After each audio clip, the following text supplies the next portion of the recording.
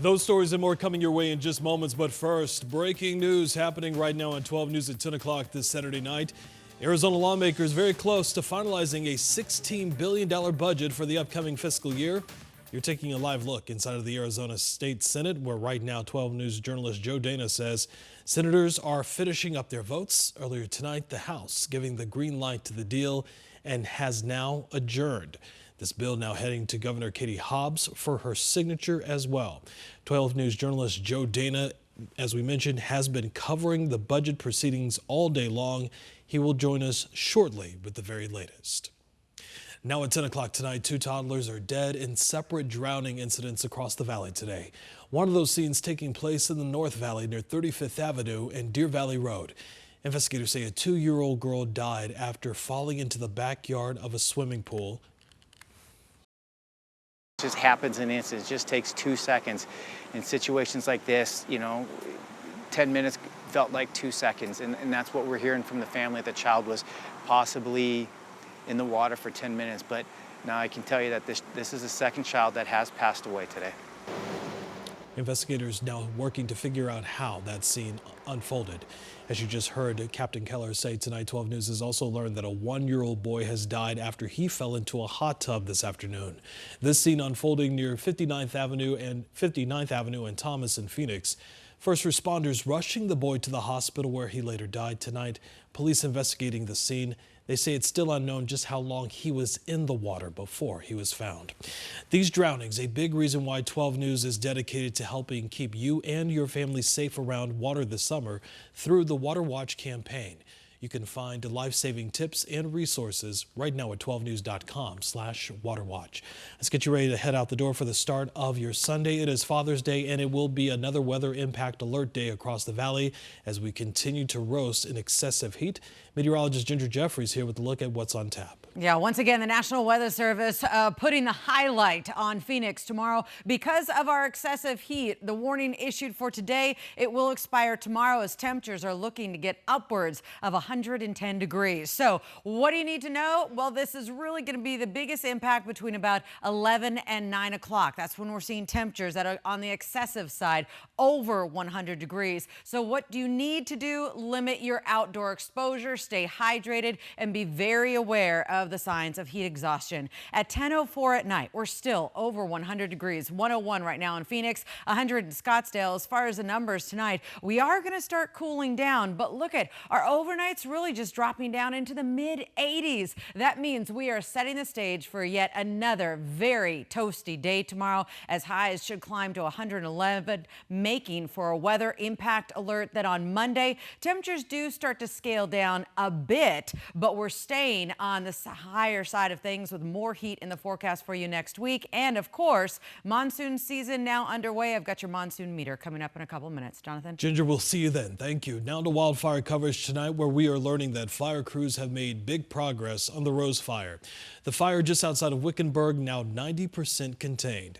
12 News brought you live coverage as the fire first sparked Wednesday night, burning 166 acres. For many folks in that area, that fire coming with a hefty price tag.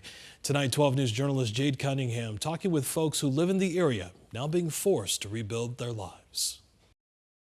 3 days after flames erupted in the Hassayampa riverbed. Well, the adrenaline just kicks in. You were going, just do what you can. Austin Partridge is breathing some relief. It was over at the barn, and within 10 minutes, it was right up on the berm behind the house. It was moving fast, and it got hot in a hurry. He worked for nearly 10 hours Wednesday to help save his dad's house. We had to catch the horses, and they were freaking out, running back and forth. And watched as it destroyed almost everything around them. Everybody was just there, doing what we can to help everybody. Some people lost their houses, some people didn't.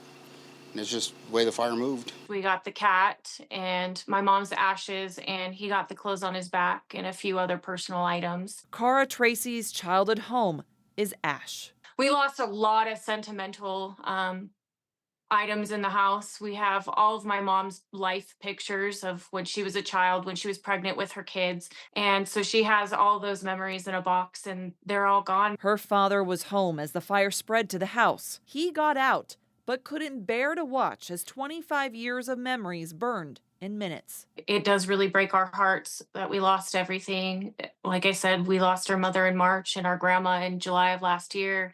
And so there's been a lot of loss for our family. The fire damaged 15 structures, including 7 homes. Crews still working Saturday to put out hotspots. And while they couldn't save it all, We're just taking it day by day, moment by moment. people are thankful for their help and the help of others. There were people I'd never met, lived across their highway, that seen the smoke. They were down here helping us. We're just so grateful for all of the hot shots and fire crews, and Hawk with BLM came down personally to see what we needed. We're just grateful. Austin's father's house did get some smoke damage, but is okay. Austin, though, telling me that some of their livestock is still missing, and they'll probably have to put down 2 of their horses. Now, Kara's father was able to get back to their property. They were not able to recover much. A GoFundMe has been started for him. You can find that link on our website at 12news.com. We're in Phoenix. Jay Cunningham, 12 News. All right, Jade, thanks so much. Meanwhile, evacuation orders have been lifted near Cordis Lake for folks impacted by the Ironwood fire. The Yavapai County Sheriff's Office sharing these pictures with 12 News. This fire burning around 229 acres. Sheriff's officials say the fire no longer a threat, but they are asking folks to stay ready during wildfire season. A 12 News viewer sharing this video with crews working to contain that fire last night. We're told the fire started Friday afternoon after an RV caught fire along I-17. Get alerts and track fires burning across Arizona right now through the 12 News app. Just scan the QR code on the right side of your screen. You'll be directed to the download. You can also find more information at 12news.com/wildfires. Tonight, 12 News monitoring a developing story near Detroit. 9 people, including 2 kids, shot at a splash pad. An 8-year-old boy, one of those kids, now in critical condition. That scene unfolding just hours ago. Police say a man pulled up to that splash pad and just started firing. Investigators say the shooter firing nearly 30 rounds and reloaded several times. Officers recovering a 9mm handgun from that scene. The individual pulled up, exited a vehicle, approached the splash pad, opened fire, reloaded, opened fire, reloaded, left. So appears very random at this point, appears random, no connectivity to the victims. Such a devastating scene. Tonight, investigators say the shooter took his own life after a standoff with investigators. So far, that man's name has not been released. Tonight, we're learning new details about the death of Scottsdale detective Ryan So. Scottsdale police say the 9-year veteran and Navy veteran died after a gun fell from a bag that he was moving when it hit the ground, accidentally discharging. So was survived by his wife and 3 children. He's the second Scottsdale police officer killed in the line of duty in the city's history. Mesa police are now investigating that shooting. So it's great to be back. First Lady Jill Biden is back in Arizona. Hours ago, Mrs. Biden meeting with Arizona seniors to discuss affordable health care and prescriptions. The First Lady is traveling to a number of states, speaking with American seniors to rally support before November's election. It's also her second trip to the Grand Canyon State in just a month. You may remember just back in May, she delivered the commencement speech to graduates over at Mesa Community College.